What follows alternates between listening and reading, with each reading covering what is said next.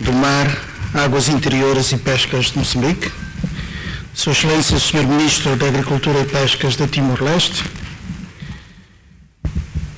Excelentíssimo Sr. Representante da Secretaria de Estado de Pescas de Angola, em representação da Presidência da CPLP, Senhoras e Senhores Embaixadores, representantes dos Estados-membros da CPLP, caros parceiros do evento, Senhor Representante da Diretora-Geral da FAO e representante do Pew Charitable Trusts, Senhor Representante do Chile, que eu creio que nos acompanha online, Senhora Representante da OCDE, caros convidados, minhas senhoras e meus senhores. Muito bom dia a todos e sejam todos muito bem-vindos à sede da CPLP. É com muita alegria e expectativa que aqui vos acolho para darmos início ao nosso evento paralelo que se realiza no contexto da segunda Conferência dos Oceanos das Nações Unidas. Antes de iniciarmos os trabalhos, cumpre-me endereçar o nosso reconhecido agradecimento a todos aqueles que contribuíram para que aqui nos encontremos. A Presidência Angolana da CPLP, a FAO e o Pew Charitable Trusts. Estendo os nossos agradecimentos a todos aqueles que aceitaram o nosso desafio para estarem aqui presentes e que hoje irão transmitir as suas percepções sobre o tema em debate. Dirijo também palavras de especial apreço a todos os inscritos neste evento que participarão quer presencialmente na sede da CPLP, quer via Zoom e YouTube. A todos o meu muito obrigado. Como sabem, este evento paralelo visa apresentar soluções e debater formas que possam reforçar a implementação efetiva do Acordo sobre Medidas do Estado do Porto contra a pesca ilegal, não declarada e não regulamentada e outros instrumentos internacionais complementares para combater a pesca ilegal, não declarada e não regulamentada no espaço dos países de língua portuguesa. O oceano representa um elemento fundamental a considerar na definição de processos de diálogo e parceria com todos os parceiros de desenvolvimento interessados nesta concertação. A partilha de experiências e práticas é, assim, primordial ao contribuir para o esforço global do cumprimento do ODS 14, particularmente no que concerne à conservação e utilização sustentável dos recursos do oceano. E é precisamente por isso que iniciativas como o encontro de hoje são verdadeiramente fundamentais ao proporcionarem um espaço alargado para partilha de conhecimento e para a troca de lições aprendidas, abrindo caminhos para conjuntamente identificarmos formas de cooperação e de diálogo em nome dos nossos oceanos. Assim, e sem mais delongas, dou por aberto o nosso evento. Muito obrigado.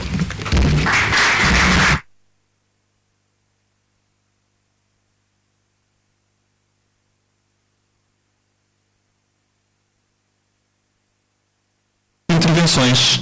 Chamo ao palco Matthew Camilleri, da equipa de processos regionais e globais da Divisão de Pescas e Aquacultura da FAO, Elizabeth Wilson, líder da equipa de política ambiental e diretora da Pew Charitable Trusts, e Claire Delpuche, chefe de divisão da Unidade de Pescas e Aquacultura da OCDE.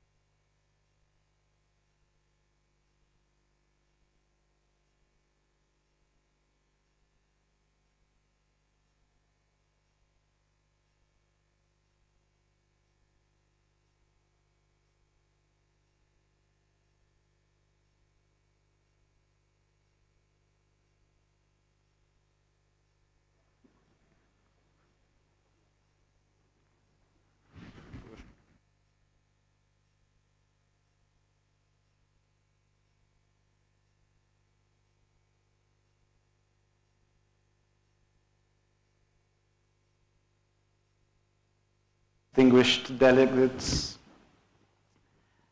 ladies and gentlemen, it is a pleasure for FAO to partner with CPLP for this important event, and it's an honor for me to have these few minutes to deliver this brief presentation. Could we have the next slide, please? Okay, I'm getting used to the technology and sounds, so bear with me. I hope we'll warm up properly. Okay. I wouldn't like this presentation to be like a lecture or a formal presentation, and we'd just like to recall the framework that we have in place at international level to achieve sustainable fisheries. Next, please. Ever since the adoption of the United Nations Convention on the Law of the Sea, a number of international instruments focusing on fisheries have been adopted by the international community. Instruments which took the form of binding agreements, the Fish Stocks Agreement, the Compliance Agreement, and more recently the Port State Measures Agreement. But we also have a suite of instruments under the Code of Conduct for Responsible Fisheries.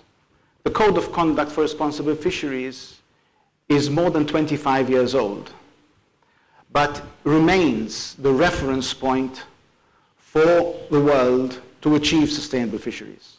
Under the Code of Conduct, a suite of voluntary instruments have been adopted.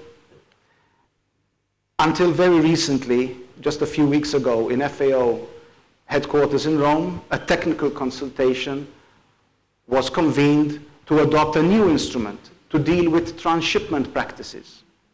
So through the years, with the development of these agreements and guidelines to achieve sustainable fisheries, we have the instructions on how to go ahead. However, all these, although the prescription is there on how to achieve sustainable fisheries, unfortunately, these efforts are undermined by illegal, unreported and unregulated fishing. Countries make lots of efforts to achieve sustainable fisheries. Regional fishery bodies make lots of effort. Global communities make lots of efforts to achieve sustainable fisheries. However, there is still this persistent problem of IUU fishing. Next, please. I wouldn't like to spend too much time on the impacts of IUU fishing, repeating what many have said.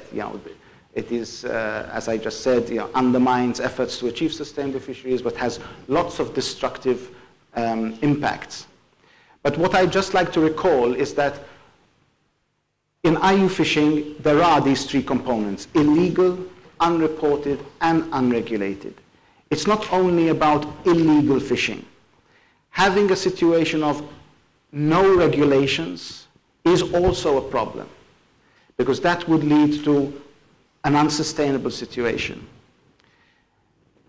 Not reporting fishing is also a problem. One needs to know how much fish is being extracted from the oceans. This information is important for sound fisheries management to continue to be developed. So these three components are important to address. IUU fishing is not only about those big, large vessels that are poaching fish, coming in illegally into the EEZs of other countries. IUU fishing also exists with the small canoes. If artisanal fishing is not regulated, it is a problem. One needs to regulate, one needs to have management plans in place. And of course, one must not confuse IUU fishing with perhaps crimes that are taking place within the fisheries sector. We know that fishing vessels may, unfortunately, sometimes be involved in human trafficking, smuggling of drugs, etc. Next, please. Next. So out of those international instruments, there are a suite of instruments that specifically target IUU fishing. Next. These instruments, without going into the details of them, specify the port state, flag state, coastal state, and market state responsibilities. If all countries were to implement those minimum international standards that have been defined in the suite of instruments, then we will not be speaking about IUU fishing today. Unfortunately, for various reasons, these responsibilities are not fulfilled. Next, regional fishery bodies also play a role in implementing these minimum international standards at regional level. Next, please. We have the SDGs, and next, two of the SDGs, 14.4 and 14.6, specify reference IUU fishing. Unfortunately, we have passed that deadline of 2020. Clearly, we still have IUU fishing in place. However, I think that with more concerted efforts, just like the CPLP initiative here today, with countries coming together, we will be able to achieve these sustainable development goals before long. Next, please. One key agreement that has been adopted in recent years is the Port State Measures Agreement. It is only one of 3 binding international fisheries instruments. And this agreement specifically targets IUU fishing. The objective of the Port State Measures Agreement is to deny entry of foreign vessels into ports that have been found to engage in IUU fishing. By denying entry to vessels that have been misbehaving, denying the use of port to such vessels, makes it a disincentive for these vessels to continue to operate. The more doors or the more ports that close off to vessels engaging in IUU fishing, the more effective the agreement is. Next, please. We have 71 parties to the agreement. That includes the European Union with its 27 member states. And I have been informed that Angola has recently deposited also its instrument of accession to the Port State Measures Agreement. So the number of parties is increasing. The more blue countries we have around the world implementing port state measures, denying entry of vessels, and denying the use of port of vessels engaging in IUU fishing, the more effective this agreement is going to be. Next, please. Next slide. Without going into much detail, the agreement on port state measures came into force in 2016, and it operates through the meeting of the parties. The next meeting of the parties will take place next year in Indonesia. Next. The agreement also has developed a strategy working group, a working group that will develop a strategy for the improved implementation of the agreement. Next. It also has a working group on information exchange. This working group is focusing on the development of an information exchange system whereby every inspection that takes place or every action that takes place against a vessel which has engaged in IUU fishing is shared amongst the parties. Next. And also there is a working group that deals with the requirements of developing states. So this is how the functioning of the agreement takes place, through these meetings and working groups. Currently, FAO is delivering a number of region coordination meetings for the implementation of the PSMA. We've conducted the one for the Pacific. Just last week, we finished the one for Latin America and the Caribbean. The next one will take place for the Asian region, and then another one for the African, Mediterranean, Black Sea region. The idea is that whilst the implementation of the PSMA is global, one needs to also address the regional specificities in relation to the implementation of the agreement.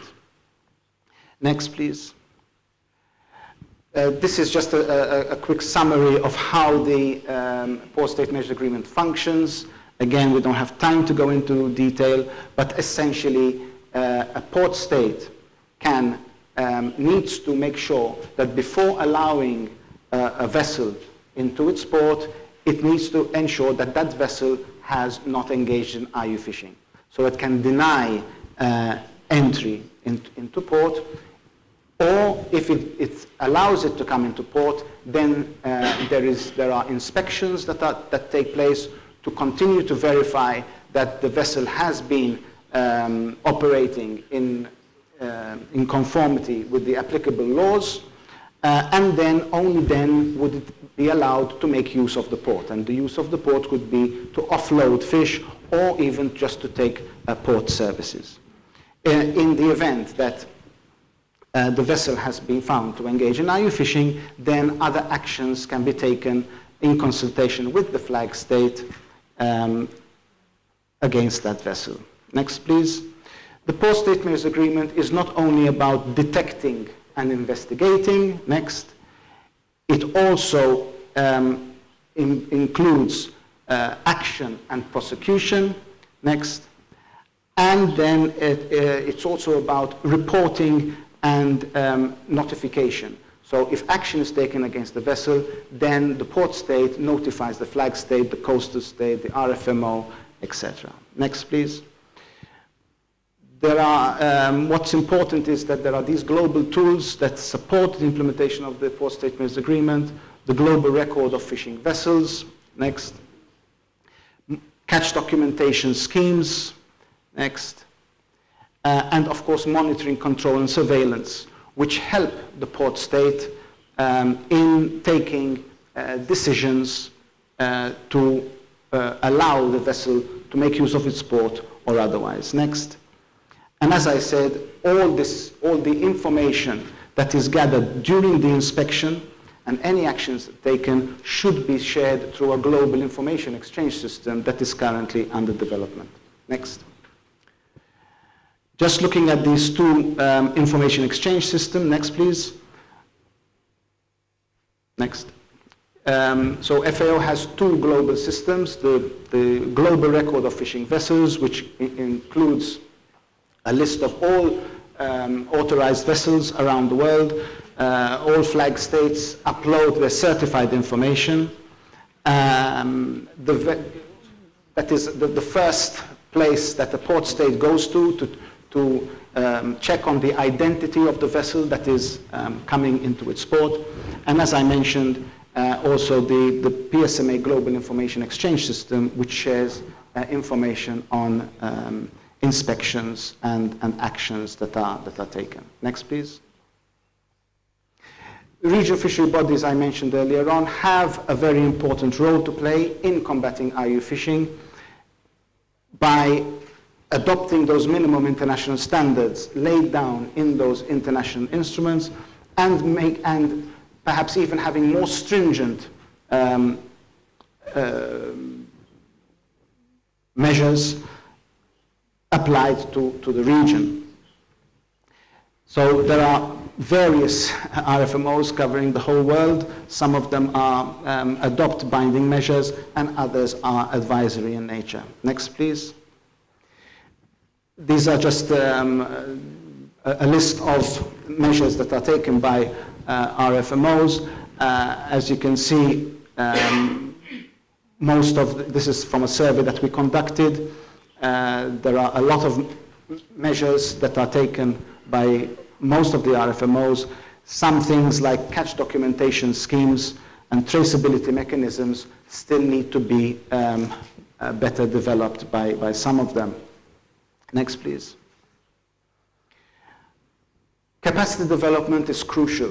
One of the reasons why the implementation of those minimum international standards laid down in the international instruments are not fulfilled is because of the lack of capacity in developing countries. FAO has a global program in place, which, well, to date, the value of the program is almost $30 million. And we focus on not only providing training, but we take this holistic approach. Strengthening the policy and legal framework in the country, strengthening the institutional setup, and strengthening the monitoring, control, surveillance, and operational aspects. It is hardly useful to have fully trained inspectors without having the law in place to support their actions, their job, and vice versa. It is not useful to have a fantastic legislation in place and then not have the institutions set up and the capacity to implement the law. So this is, in a nutshell, the global program that we are implementing. Next, please. We have been working in 55 countries and increasing in all corners of the world. Next, please. Next. This is just the areas of focus of our work. We always start with this needs assessment, policy, legislation, MCS, and then, depending on the gaps that we find, we deliver the support. Next, please. Now, the FAO is, I can reiterate the commitment to support CPLP in general, to support this important initiative that has been put in place to combat IUU fishing. But then, more specifically, the developing countries within the CPLP will be given also priority within our program to support those countries in those areas that I have mentioned earlier on. Next, please. And just to leave you with this, I invite you to visit our three main websites. We have one general on IUU fishing, on the Port State Measures Agreement, and on the global record of fishing vessels. I know that it's been a rushed presentation. I hope that some key messages have been delivered, and I thank you very much for your attention.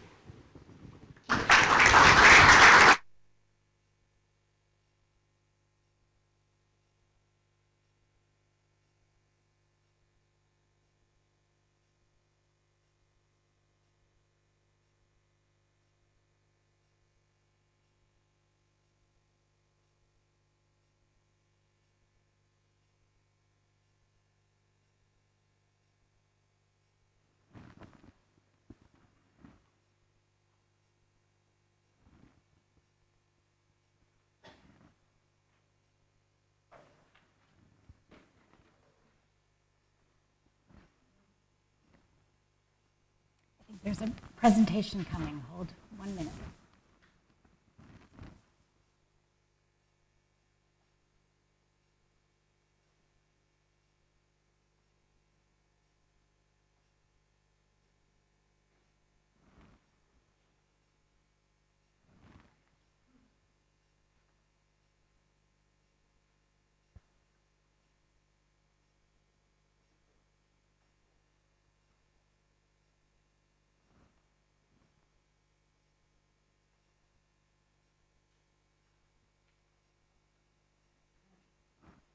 we go. Your Excellencies, distinguished delegates, ladies and gentlemen, thank you for joining us today. My name is Elizabeth Wilson, and I'm the Senior Director for Environmental Policy at the Pew Charitable Trust. It's a pleasure to be speaking with you. Next slide, please.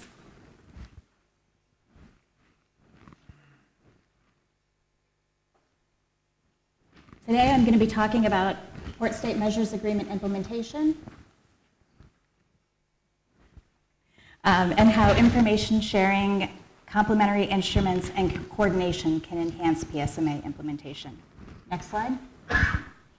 The PSMA is the first international binding agreement targeting IUU fishing, and all seafood, regardless of where it's caught, needs to enter through a port. So it makes ports a very effective place to block fish from entry into the market if needed. So these port controls are much more cost-effective than enforcement at sea and makes the PSMA a very valuable tool. So PSMA implementation requires that authorities gather information from incoming vessels, such as identification data and details about fishing activity.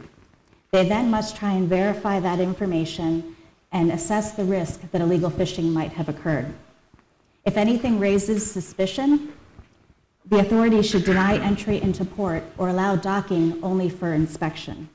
Whether vessels are denied entry or evidence of IUU is found in port, the PSMA requires that states take action in accordance with their own laws and share that information with other authorities in the area.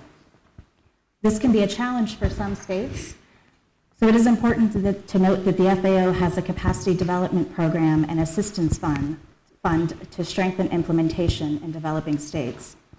Next slide, please. So given this process for how the PSMA works, information exchange between authorities and coordination of intelligence and inspection outcomes is absolutely critical for effective implementation. Research commissioned by the Pew Charitable Trust in 2020 and carried out by the Center of Economics and Business Research identifies that information exchange has many benefits. These include reduced IUU fishing propensity, increased IUU fishing detection, and increased fishery health. So basically, information exchange, coordination, and transparency are key. Next slide, please. There are many tools and systems available to help support PSMA implementation. For example, vessel monitoring systems, or VMS, are satellite-based tracking systems used to track and monitor fishing activities. And these are something that are required when you're fishing beyond national jurisdiction. VMS data should be shared with the relevant coastal and state and regional fishery management authorities. In addition, Mr. Camilleri pointed out two others that are key for implementation: the Global Record and the Global Information Exchange System. And you can see here a variety of the other tools and systems that are available to help support implementation. Next slide, please. There are also two complementary agreements to the Port State Measures Agreement. The first is the International Labor Organization Convention on Working Conditions on Fishing Vessels, also known as C188. C188 sets the basic standards of decent work in the fishing industry. The second is the IMO Cape Town Agreement, also known as the CTA. The CTA is the Global Treaty for Safety of Fishing Vessels, but is not yet in force. All three of these international instruments require port inspections, and their harmonized application would ensure that ports represent an effective front in combating IUU fishing while also contributing to improved safety and health of the fisheries sector and labor conditions on fishing vessels. Facilitated by Pew, the Indian Ocean Tuna Commission and the Indian Ocean MOU pilot is helping to raise awareness of inspectors about the different inspection regimes, determine shared information opportunities, and support information exchange, and support capacity development initiatives. We've also been hosting a series of workshops with support from the FAO and many others. And the goal of these workshops is to then promote integration across these three complementary instruments. We're planning additional workshops in Latin America and Africa in the future, And if people are interested in seeing the workshop materials, we're happy to share them. Next slide, please. Another really important component of Port State Measures Agreement implementation is regional coordination. And so there are a couple of different efforts I wanted to highlight today that are working either within regions of one country or across multiple countries to work on PSMA implementation.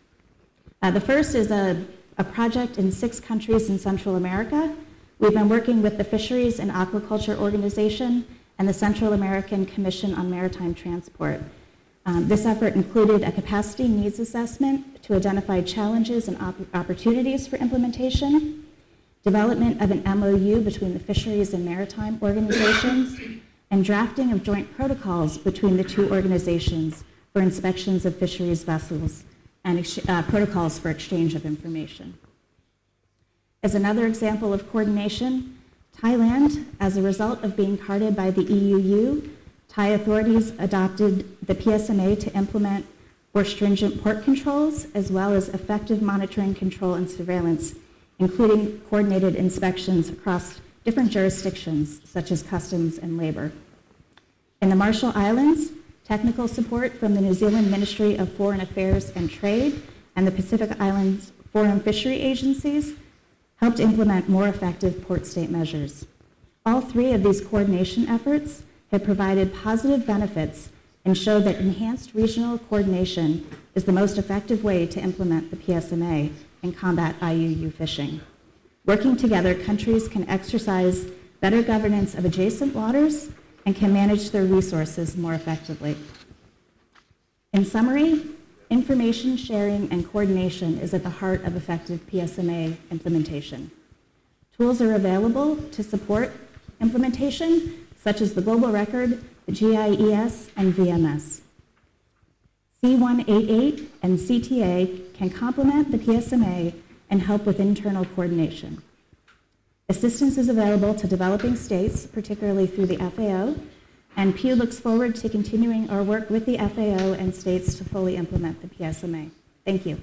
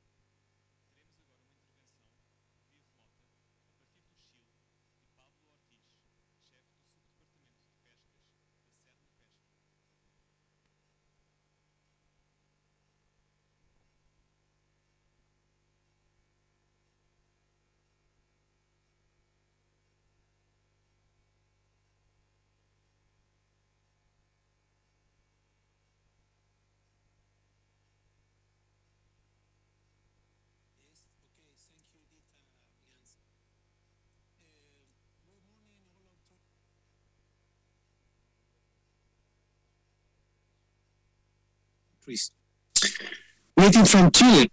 Thank you for having this opportunity to present you.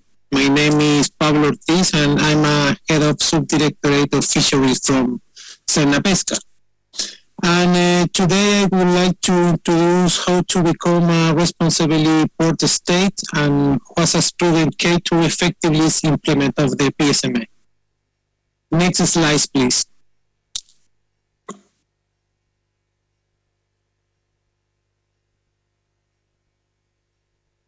Next, please.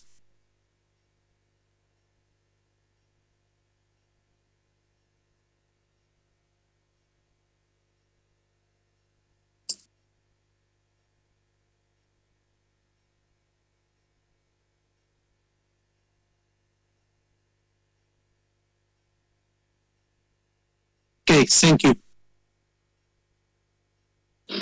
What are the action and strategy carried out by Chile through Pesca to comfort and control illegal fishing activities in the context of PSMA and international trade. Basically, it's a three key points. Number one, port inspection for foreign fishing vessels. Second, catch certification for exported products. And finally, certification requirements for legal origin of imported fishery products. Next slide, please. Regarding the point one, Chile may established by Supreme Decree an exclusive list of ports to inspection the foreign fishing vessel, with easy access by inspector and logistic for disembarkation. Only 8 ports in Chile have a this list, or 50% in Chile. The second one is 100% inspection in port for foreign fishing vessel for landing, provisioning, or another activities according to the national regulation. The same action is the inspection for foreign super vessel.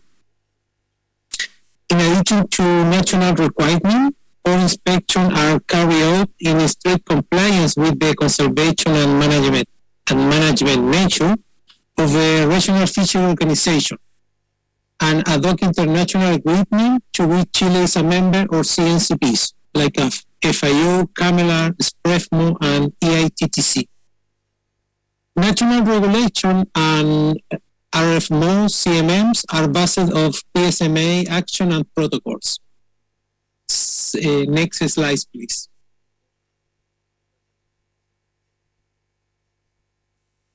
In this slide, show us the inspection for foreign fishing vessel last year.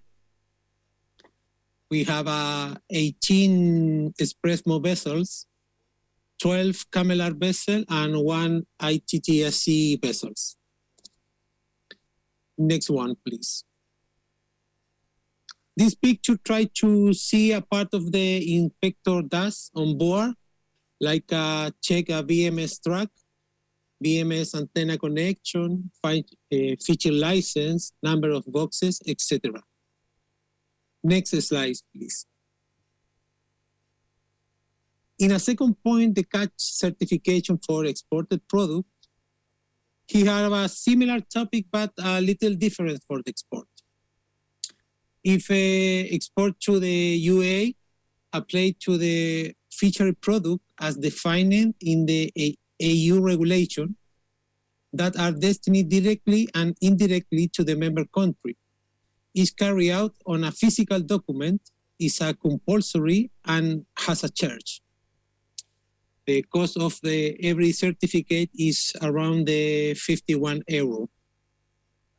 In a CAMELAR, applied to all cod product, Disostichus eleginoid or Disostichus mawsoni, that are re-exported from Chile to all destinations. It's done electronically and is free of charge. In a EATTC, applied to product derived from swordfish Cyphes gladius and are exported to different countries. It's done in a physical document and has a charge too, like €51. In export to Japan, the scheme is very similar that of the EU, which applied to export some resources destined for the human consumption to Japan, like Scomber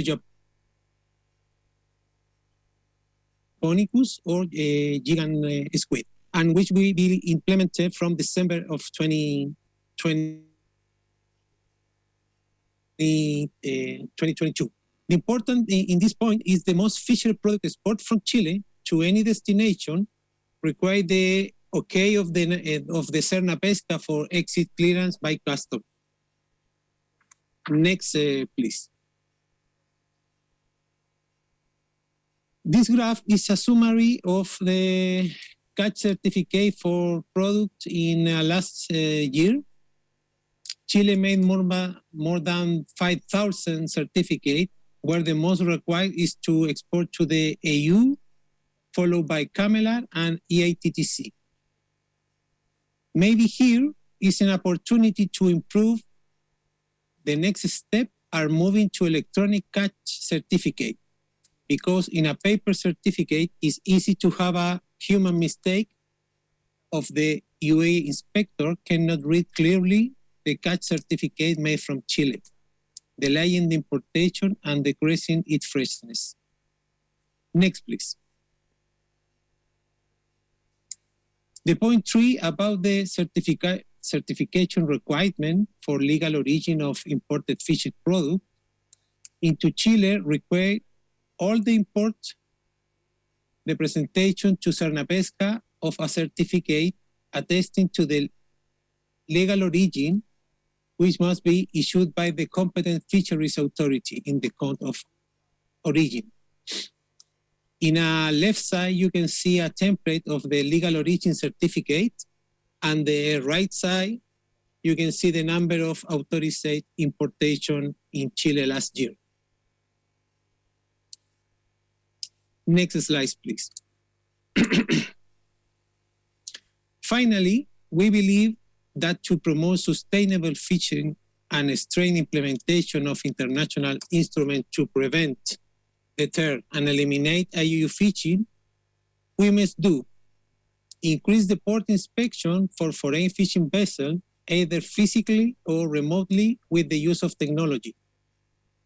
Second, create an electronic database catch certificate scheme and traceability of the fishing product, exchange information with fishing country via memo of understanding, webinars, inspector traineeship, and others. And last is a participation in international fisheries body should be taken as a priority of the government to combat IUU fishing. Next, please. Thank you.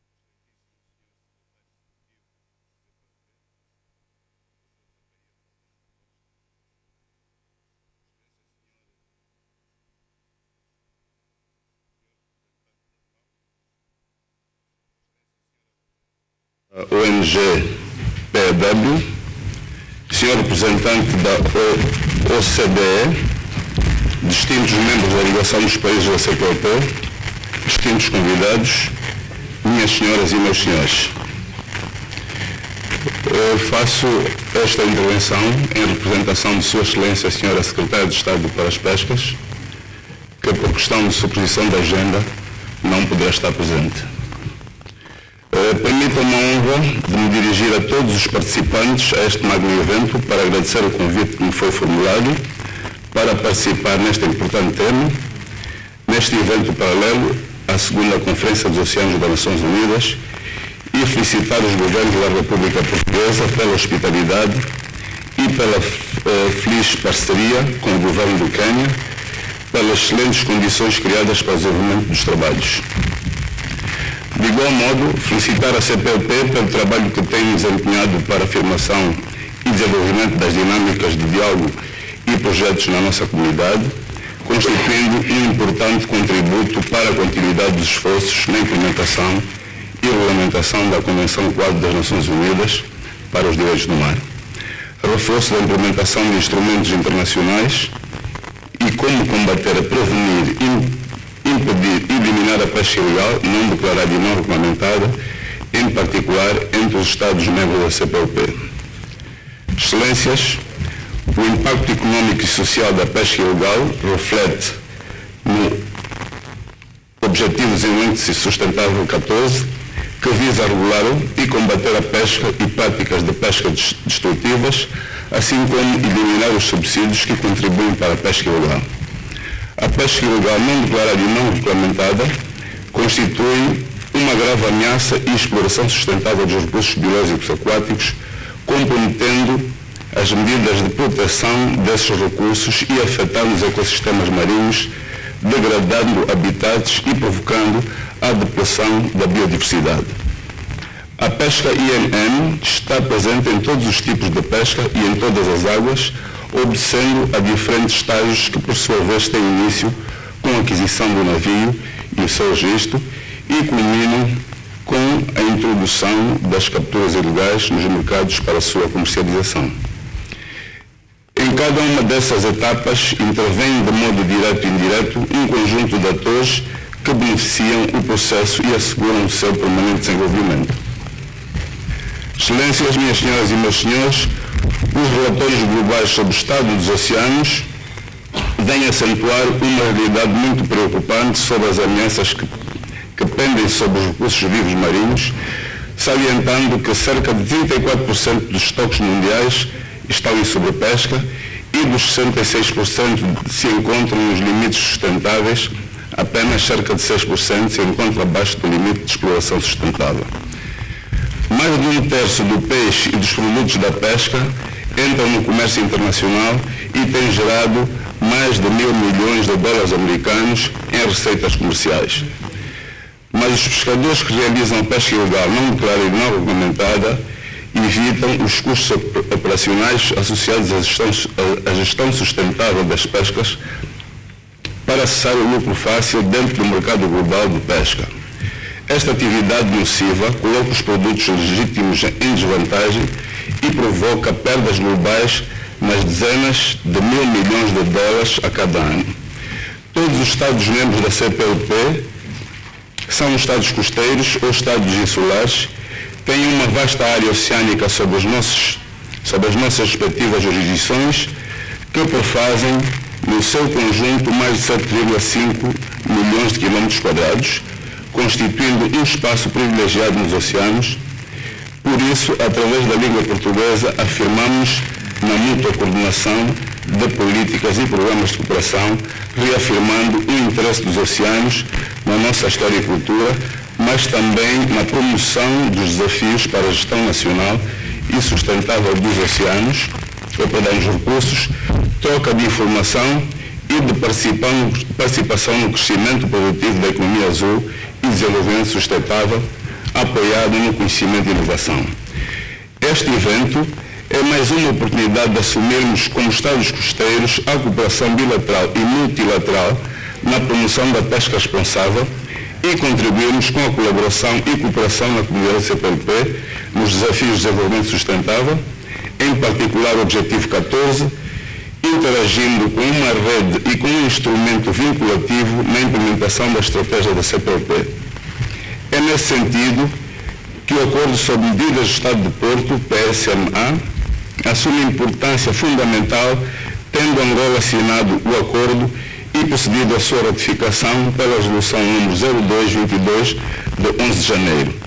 De recordar que é ancorado na Lei número 6A/04 de 8 de outubro dos recursos biológicos aquáticos e no Plano Internacional de Ação contra a Pesca INN, Angola aprovou por decreto presidencial número 284/14 de 13 de outubro o regulamento sobre as medidas de prevenção, combate e eliminação da pesca ilegal não declarada e não regulamentada, que, conjugada com as medidas de gestão das pescas aprovadas anualmente, completa o quadro jurídico de combate e prevenção desta terrível prática.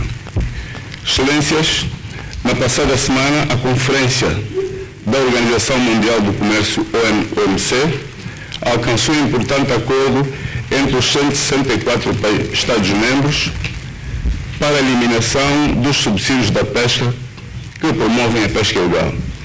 Entre os instrumentos juridicamente vinculativos, o PSNA é o primeiro que visa especificamente o combate à pesca INN, determinando que os portos sejam fechados às embarcações de bandeira estrangeira envolvidas em atividades de pesca INN ou atividades conexas de apoio à pesca INN, evitando assim que as capturas resultantes dessas atividades entrem nos mercados. Assim, consideramos que o PSNA só atingirá o seu objetivo com a adesão dos Estados do Porto, pelo que convidamos e apelamos a todos os Estados-membros e partes interessadas a aderirem com vista a implementarem as ações e medidas que possibilitem a gestão responsável e cada vez mais adequada dos recursos halieuticos marinhos. No âmbito da cooperação multilateral entre os nossos países para a pesca sustentável, consideramos fundamental dois pontos que passamos a citar. O estabelecimento da plataforma de cooperação entre os Estados-membros da CPLP para a promoção da pesca sustentável e combate à pesca INN, como um contributo significativo de Angola, Brasil, Cabo Verde, Guiné-Bissau, Guiné Equatorial, Moçambique, Portugal, São Tomé e Príncipe e Timor-Leste como Estados costeiros e de cooperação para a implementação da Convenção dos Direitos do Mar e seus instrumentos reguladores, assim como acordamos com esta rede promover esforços visando a aprovação nacional de instrumentos e outros instrumentos jurídicos complementares às medidas do Estado de Porto, reforçando a cooperação e a coordenação, aumentando a transparência e a partilha de informação sobre o combate à pesca INN, bem como a promoção da segurança alimentar. Segundo, o engajamento coletivo na mobilização de financiamento para investimento e desenvolvimento de recursos tecnológicos e de inovação, para com o apoio do setor privado se estabeleçam e desenvolvam projetos de relevância no âmbito da economia azul. Excelências, o primeiro encontro de representantes dos Estados-membros da CPLP teve lugar à margem da Conferência Crescendo Azul, realizado em novembro do ano passado, em Vilanculos, Moçambique.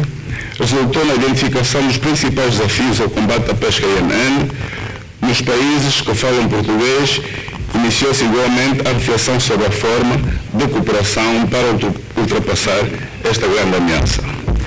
Em fevereiro deste ano, à margem da Semana dos Oceanos de Angola, no âmbito do Ano Internacional da Pesca e da Aquicultura Artesanais, o Ministério da Agricultura e Pescas da República de Angola organizou o seminário da CPLP sobre fiscalização, que teve lugar no Namibe, tendo sido adotada a declaração do Namibe, em que os Estados-membros da CPLP comprometeram-se a estabelecer entre si uma plataforma de cooperação ancorada nos seguintes eixos de cooperação: quadro político, jurídico e institucional de promoção da pesca sustentável e combate à pesca INN, revisão das ferramentas e mecanismos operacionais e capacitação e reforço dos recursos técnicos e operacionais.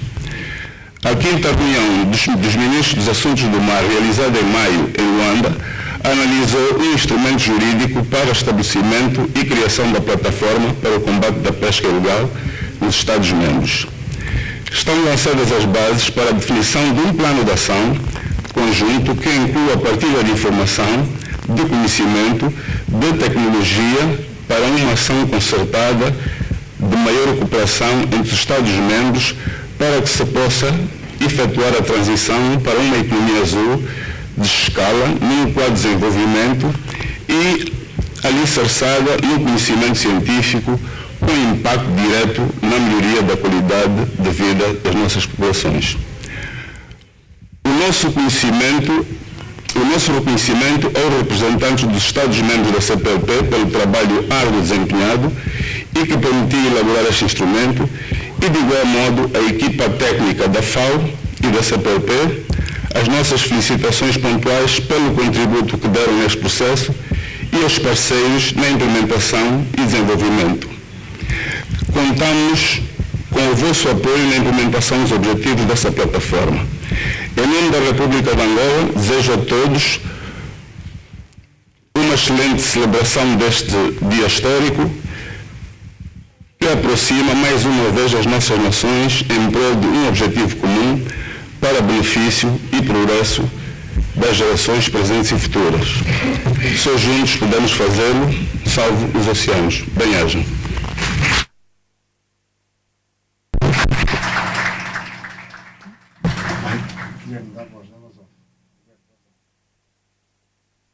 Convido agora o Sr. Secretário Executivo da CPLP, Zacarias da Costa, para proferir a sua intervenção.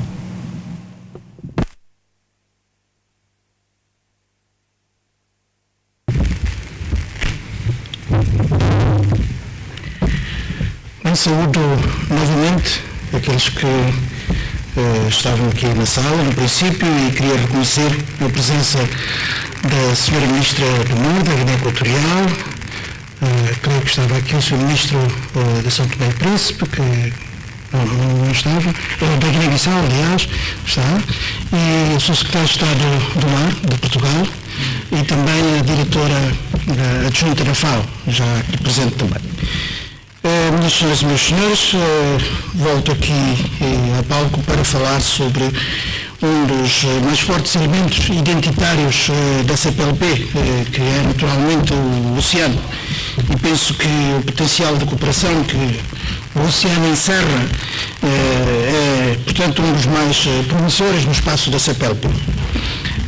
Eu diria que a CPLP é o oceano. Trata-se de um vasto espaço geopolítico, geoestratégico, que ainda antes da língua que nos é comum e que nos une, já aproximava os nossos povos. A CPLP é hoje uma comunidade onde a manutenção da paz e a coesão entre os seus povos são ativos fundamentais para o alcance e a concretização do desenvolvimento sustentável. Para a CPLP, apenas através do multilateralismo e da cooperação internacional, num espírito de solidariedade global e responsabilidades partilhadas, será possível alcançar os tão ambicionados objetivos de desenvolvimento sustentável, não deixando, por isso, ninguém para trás. E para que isto seja uma realidade, a CPLP deve apostar decisivamente no reforço das sinergias e do trabalho em rede com os parceiros com quem já estabilizou importantes laços de cooperação, sem nunca esquecer outros atores que partilhem os ideais da CPLP, a mesma ambição para o desenvolvimento sustentável do oceano. E isso poderá ser feito por via do reforço da cooperação da CPLP e das parcerias com diferentes setores de desenvolvimento, incluindo aqueles que já beneficiam do Estatuto de Observador Associado da CPLP. Portanto, o potencial de cooperação, como dizia, que o oceano encerra é um dos mais promissores no espaço da CPLP. Expandir a projeção internacional da CPLP através do oceano é uma oportunidade que deve ser maximizada. O oceano da CPLP é relevante em termos naturais, culturais, científicos e económicos, pelo que urge compreender, proteger e exponenciar sustentavelmente esta dimensão estratégica da comunidade dos países da língua portuguesa. O tema do oceano foi, aliás, eleito como uma das prioridades na definição da visão estratégica da CPLP de médio prazo. Minhas senhoras e meus senhores, o evento que hoje aqui nos junta dá seguimento à visão pioneira da CPLP com a aprovação em 2010 da estratégia da CPLP para os oceanos. 12 anos depois, este instrumento mantém ainda toda a sua atualidade, o que confirma a forma vanguardista como a CPLP projetou na sua agenda o tema do oceano. A identificação de parcerias que incentivem iniciativas de cooperação para a promoção do desenvolvimento sustentável do oceano da CPLP parece-nos uma proposta de indiscutível utilidade. E é por isso que aplaudimos o nascimento de um novo mecanismo de cooperação da CPLP dedicada ao tema da pesca sustentável e combate à pesca ilegal, não declarada e não regulamentada. Estamos convictos que com este mecanismo conseguiremos acelerar a cooperação da CPLP e dos seus Estados-membros com outros parceiros e para que o quadro político, jurídico e institucional de promoção da pesca sustentável e combate à pesca ilegal, não declarada e não regulamentada se possa reforçar, definindo para esse fim ferramentas, mecanismos operacionais e atividades de capacitação mútua. Sendo a CPLP uma organização com cariz intergovernamental, estaremos assim a oferecer o nosso contributo para que a nível comunitário possam ser reforçadas ou adotadas medidas eficientes que promovam a utilização e aproveitamento, a exploração sustentável e a conservação a longo prazo dos recursos marinhos vivos. E ao fazê-lo, estaremos a combater em conjunto o flagelo da pesca ilegal, não declarada e não regulamentada e os seus efeitos adversos nas unidades populacionais de peixe, nos ecossistemas marinhos, nos modos de subsistência dos pescadores e outros profissionais de setores complementares e a contribuir a assegurar uma melhor segurança alimentar a nível mundial. Muito obrigado pela vossa atenção.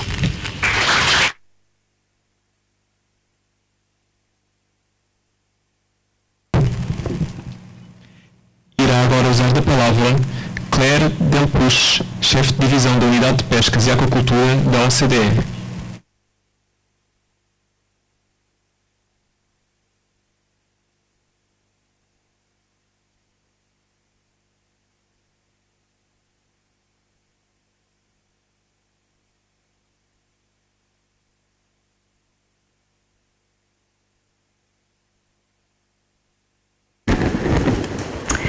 Excellencies, distinguished delegates, ladies and gentlemen, it's a pleasure and an honor to be with you today, and I warmly thank the organizers of this event for their invitation.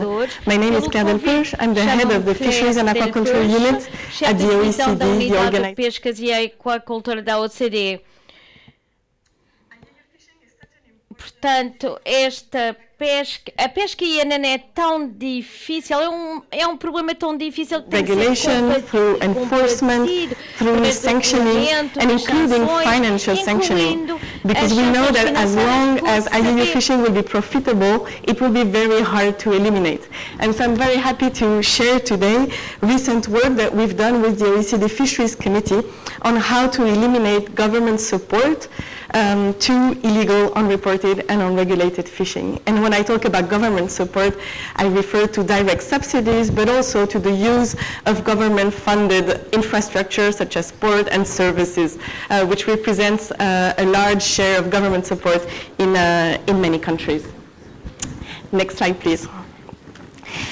As you all know, eliminating support to IUU fishing has been a shared objective of the international community for a long time. It dates back at least to the IPOA IUU, so 20 years ago, and it since then has been reiterated as a key objective for the international community. In the World Summit on Sustainable Development, in the WTO, where negotiations have been going on for more than 20 years as well, and it became a particular target of SDG 14, target 14.6, which called for eliminating all those subsidies that benefit IUU fishing. The deadline was 2020, but as Mathieu Camilleri and Elizabeth Wilson said earlier today, in 2020, we have to admit that this goal wasn't achieved. When we surveyed our OECD member countries in 2020, we found out that almost half of them didn't have the legislation in place to exclude IUU fishing vessels and operators from subsidies, or didn't implement this legislation yet. So some progress was made with provisions included in some regional trade agreements, such as the United States-Mexico-Canada agreement, or more recently, the bilateral agreements between the UK and New Zealand and UK and Australia. But a few days from now, we were still very far from having global disciplines on this important topic. Luckily and very happily, a few days ago, members of the World Trade Organizations managed to finally get to a fisheries agreement at the WTO, and that agreement now includes very strong disciplines to eliminate subsidies to IUU fishing. Article 3.1 calls for getting rid of all these subsidies, and Article 3.7 mandates all members of the WTO to have the appropriate legislation to do so. So this is a very major step, one that was long awaited, and that is very welcome. And I think it will be a new starting point to establish a level playing field for legitimate fishers in the world. Now the big challenge is how to implement it. And the reason it has taken so long to get to that agreement is that whereas it's a very, it's a goal that countries generally share, and even the industry is actually sharing this objective, because if you eliminate support to illegal fishing, you can better support legitimate fishing. But in practice, it's a more complicated objective to achieve. And so what follows will be a few of the recommendations that the Fisheries Committee of the OECD has come up with to try and make this a reality. Next slide, please. The reason it's difficult in practice to eliminate subsidies to illegal fishing is that by nature, identifying IUU fishing is a challenge already. And usually this identification is related to a vessel. So once that's done, you need to link to the operators of that vessels. And then you need to cross this information with information you might have on the beneficiaries of government support, which is not always as easy as it may seem. Lots of countries are still not publishing lists of beneficiaries of subsidies. So first of all, it's really difficult to identify those that are engaging in IUU fishing and also benefit from subsidies. The second thing is that, as you all know, IUU fishing is a very broad concept, as described in the FAO, IPOA, IUU. And so there's different levels of problematic activities, I would say, and you want to be able to target these different types of activities proportionately. You don't want to be overly harsh for minor, let's say, illegal activities, but you want to be very strong on others. So this requires some nuance in the legislation, if I may say so. Also, fishing-related activities such as transshipment, which we know play a very important role in IUU fishing, are generally more weakly regulated in most countries. They're not necessarily considered as IUU fishing as such, and so it's important to be able to tackle those activities as well when it comes to excluding from subsidies. Finally, countries have very different legal systems, very different types of subsidies, and so this means there's no one-size-fits-all solution to sort of exclude IUU fishing from government subsidies altogether. Despite these difficulties, we've identified 8 recommendations which we hope would help governments tackle this important issue. Next slide, please. The first one, and I'll just start in the meantime, is to make all subsidies, all support conditional on being flagged to the supporting country, and to try to make the authorization processes as comprehensive as possible. So ideally asking for an IMO number or information on vessel beneficial owners so that you are more comfortable giving out support to those countries. Can I have the next slide, please? The second one is to use all the appropriate processes at hand in your country to exclude from support the recipients of subsidies that are linked to IUU fishing. And being transparent about that will give an extra incentive to avoid engaging in IUU fishing. If you know that your subsidy is at stake, it makes an economic difference. Also, as I said earlier, ensuring proportionality in the sanctions. delineating clearly who is concerned, for how long, and whether the support that has been already received might have to be given back as well for an extra incentive to avoid engaging in IUU fishing.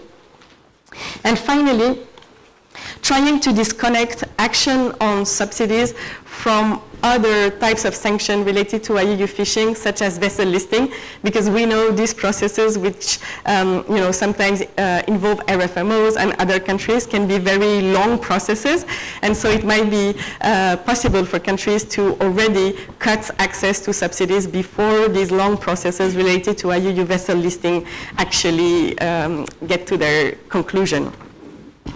Next slide, please.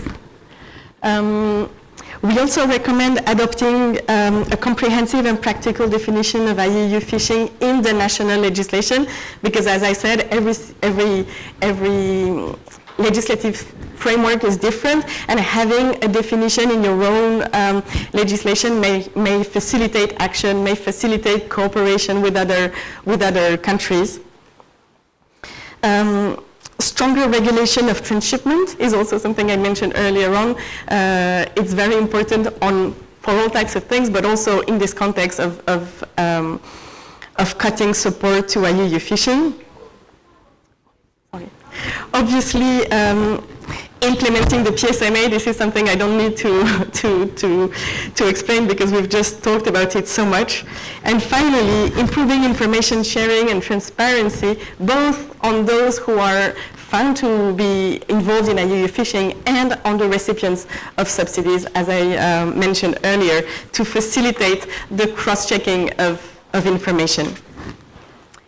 And finally, because everything that I just described is difficult to do in practice, we would also strongly recommend trying to change the types of subsidies that are being given, just to make sure that in the first place, subsidies do not risk encouraging IUU fishing. And we know that those subsidies that are most at risk of encouraging IUU fishing are those that reduce the cost of fishing or increase the benefits, such as subsidies to vessel construction and modernization, or subsidies to fuel, for example. And actually, this will also help countries avoid overcapacity and overfishing. So all in all, it should be a win-win kind of reform to move away from this type of subsidies and adopt smarter, more sustainable ways to promote fishing communities. Yeah, one final recommendation, and I will conclude. The last one was to avoid supporting fishing on the high seas in areas or for species that are not managed by RFMOs. And actually, this has also been now included in the WTO fisheries agreements. So this is another great progress that was reached very recently. Next slide, please. So this, of course, today the time was short, so there's a lot more that I hope you can find in the report we just published. I invite you to have a look. And at the end, you will see in the annex, we have reproduced a questionnaire that we use to have a conversation with our member countries to understand whether they have the legislation in place that is necessary. And we hope that this can be also used maybe as a self-assessment tools for countries to look at their own legislation and see whether it's ready to implement the WTO deal. With this, and my last slide, please, I thank you very much for your attention, and I just reiterate the availability of the OECD to work together with countries of the CPLP, the FAO, and the WTO on this important issue. Thank you.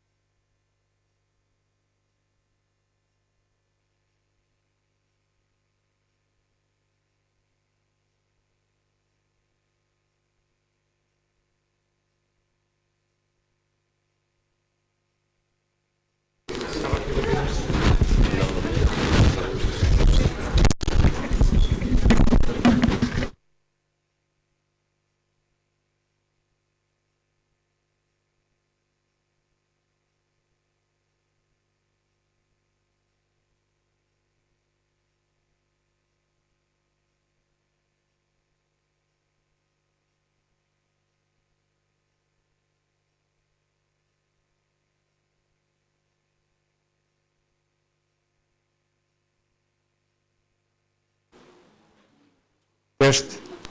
Muito obrigado. Excelências, senhoras e senhores ministros, senhor secretário de Justiça, senhora diretora-geral adjunta da FAO, muito boa tarde a todos, restantes membros das delegações. É uma honra ter-vos na sede da CPLP.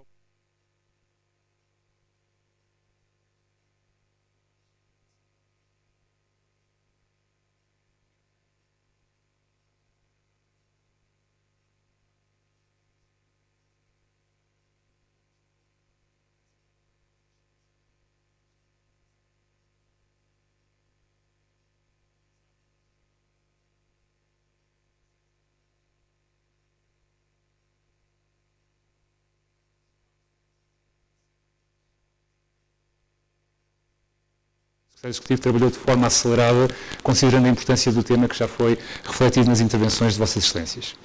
Honro-nos com a sua presença neste evento, em representação da Presidência e por Angola, o Sr. Ministro da Agricultura e Pescas de Angola, António Francisco de Assis, e a Sra. Secretária de Estado das Pescas de Angola, Esperança Costa. Engano-me sempre, Sr. Secretário de Estado, já é a terceira vez. Pelo Brasil, o Sr. Embaixador Pedro Fernando Bretas Bastos e o Sr. Secretário Nacional de Agricultura e Pesca, Jairo Gould. Por Cabo Verde, o Sr. Ministro do Mar, Abrão Aníbal Vicente. Pela Guiné-Bissau, o Sr. Ministro das Pescas, Orlando Viegas. Pela Guiné Equatorial, a Sra. Ministra das Pescas e Recursos Hídricos, Adoración Salas Chonco. Por Portugal, a Sra. Ministra da Agricultura e da Alimentação, Maria do Céu Antunes. Por São Tomé e Príncipe, a representante do Sr. Ministro da Agricultura e Pescas, Aida de Almeida. E, por Timor-Leste, o Sr. Ministro das Pescas, Pedro dos Reis. Perdão, falhei em Moçambique, peço imensa desculpa. A Sra. Ministra do Mar, Águas e Lídia de Fátima Graça Cardoso. As minhas desculpas, Sra. Ministra. Vamos então proceder à assinatura do instrumento de cooperação. Como é habitual nas reuniões da CPLP, nós vamos chamar os representantes dos Estados-membros por ordem alfabética e iremos convidando a que permaneçam no palco, facilitando assim depois a fotografia de família. Tenho então imensa honra em chamar o Sr. Ministro-Presidente da Reunião dos Ministros dos Assuntos do Mar para a assinatura por Angola, o Engenheiro António Francisco de Assis, para proceder à primeira assinatura.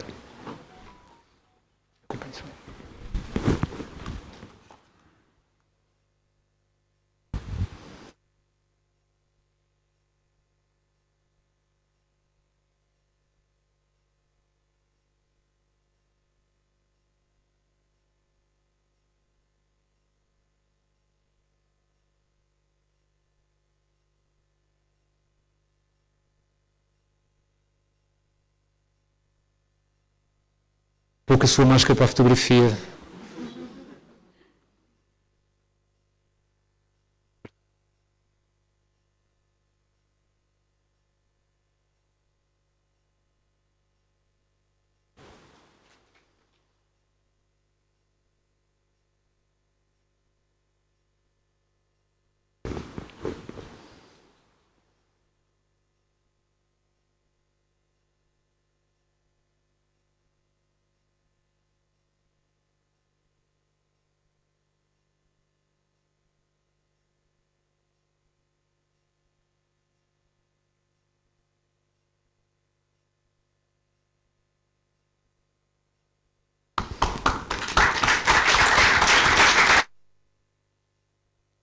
Agradecemos a assinatura por parte do Sr. Ministro da Agricultura e Pescas de Angola e convidamos-o a permanecer no palco. Convidaríamos agora, em representação da República Federativa do Brasil, o Sr. Embaixador Pedro Bretas para assinar em representação deste Estado-membro.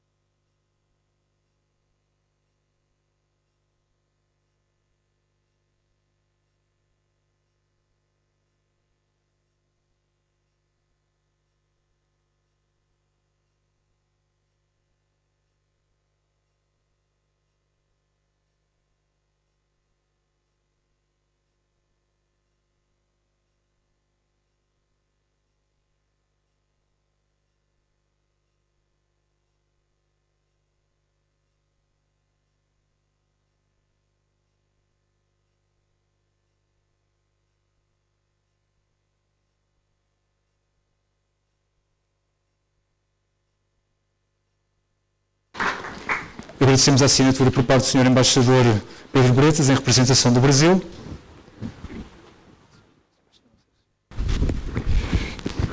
E temos agora a honra de convidar o Sr. Ministro do Mar de Cabo Verde, Abrão Vicente, para assinar em representação deste Estado-membro. Por favor.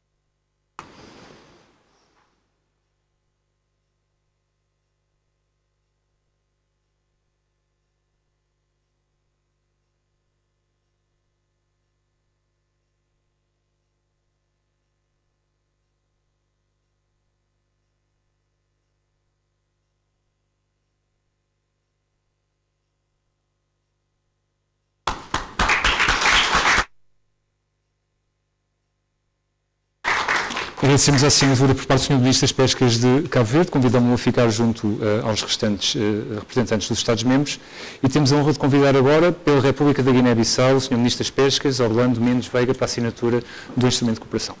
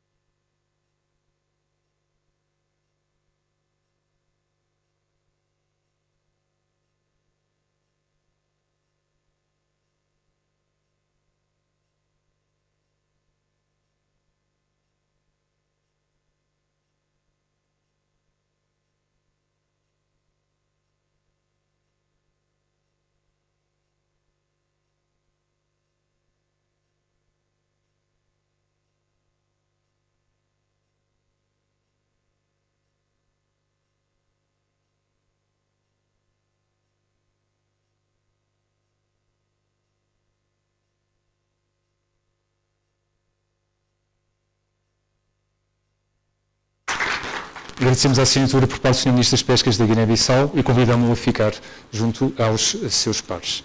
Temos agora muito gosto em chamar a Sra. Ministra Adoração de Salas de Chonco, Ministra das Pescas e Recursos Hídricos da República da Guiné Equatorial, para proceder à assinatura do instrumento.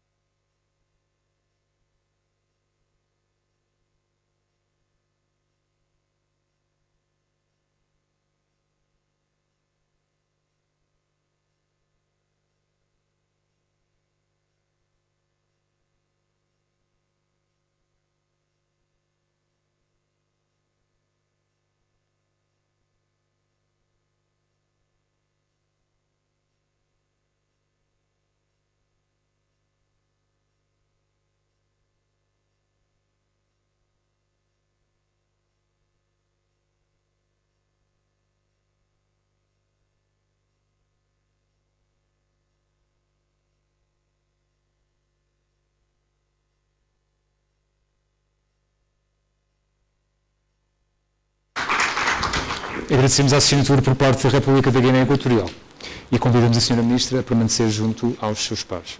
Temos a honra agora de chamar pela República de Moçambique a Sra. Ministra Lídia de Fátima de Graça Cardoso, Ministra do Mar, Águas Interiores e Pescas.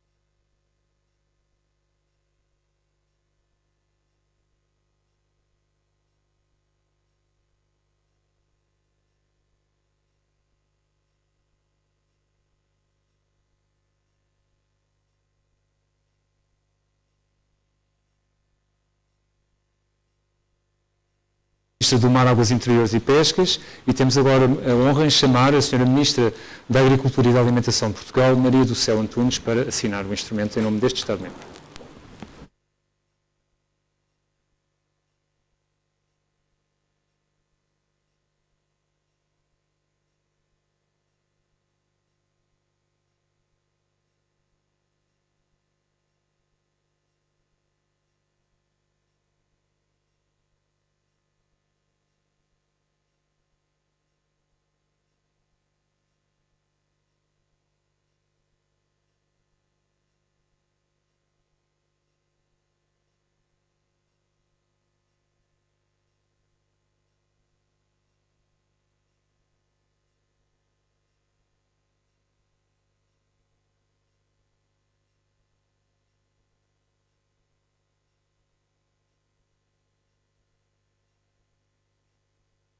Agradecemos a assinatura por parte da República Portuguesa, da Sra. Ministra Maria do Céu Antunes, e passamos agora para a República Democrática de São Tomé e Príncipe.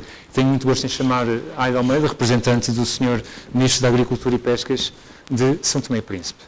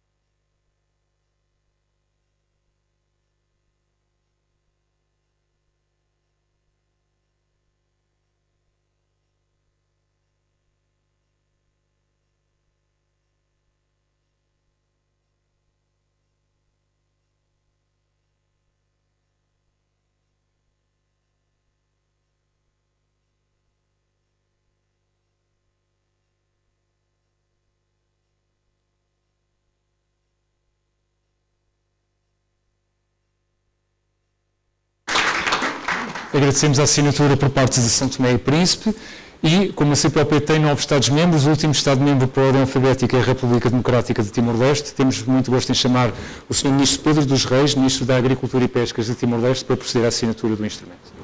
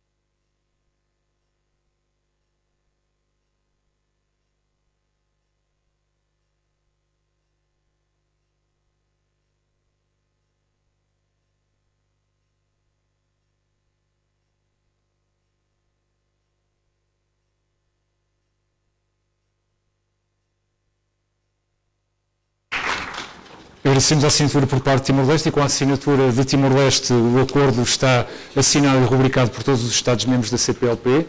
Gostaríamos de informar as distintas delegações que, como é norma nos procedimentos da CPLP, esta versão é única, vai ser autenticada pelos serviços do Secretariado Executivo de CPLP e depois enviada para os Estados-membros por nota diplomática para os devidos efeitos. Entretanto, nós gostaríamos de pedir aos nossos colegas da segurança que pudessem retirar a mesa e a cadeira para se proceder à foto de família e, em seguida, o Sr. Ministro Presidente poder dar por concluída a reunião com as palavras de encerramento.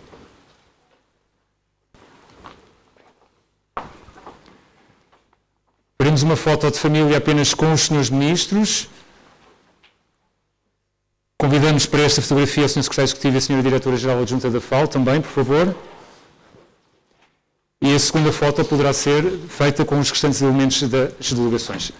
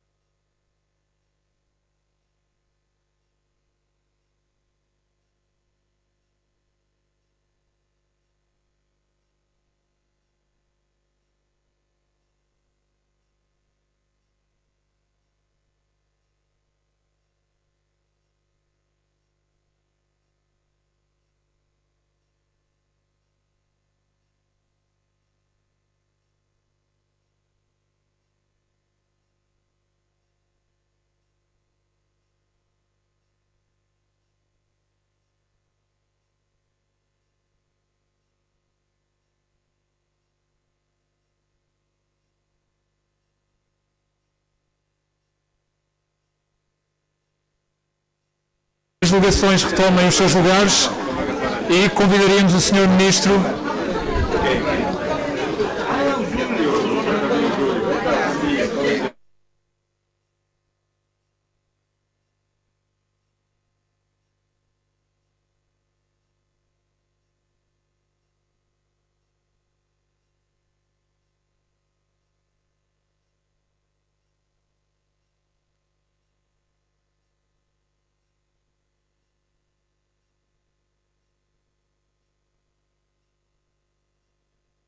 Convidamos as delegações a retomarem os seus lugares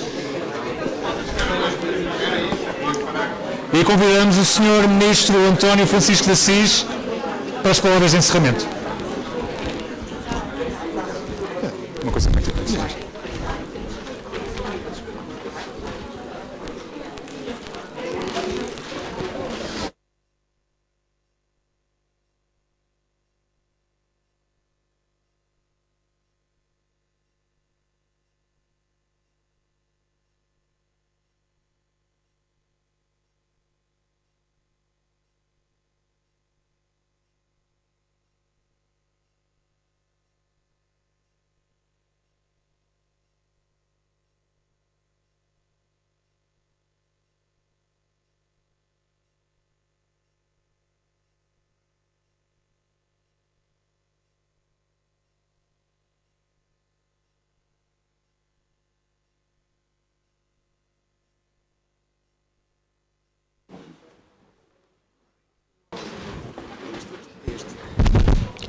Excelências, com a assinatura do documento que acabamos de fazer,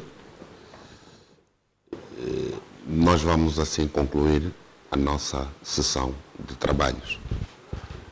Mais uma vez agradecer a todos, todas as delegações, pela sua presença e fazemos votos que aquilo que todos nós concluímos ser necessário, o possamos implementar, incrementando cada vez mais a cooperação entre os nossos Estados, dando resposta àquilo que todos nós sentimos como necessidade de melhorarmos no domínio das pescas, dos oceanos, enfim, da economia azul. Agradeço a todos pela presença e que tenham todos um bom almoço. Obrigado.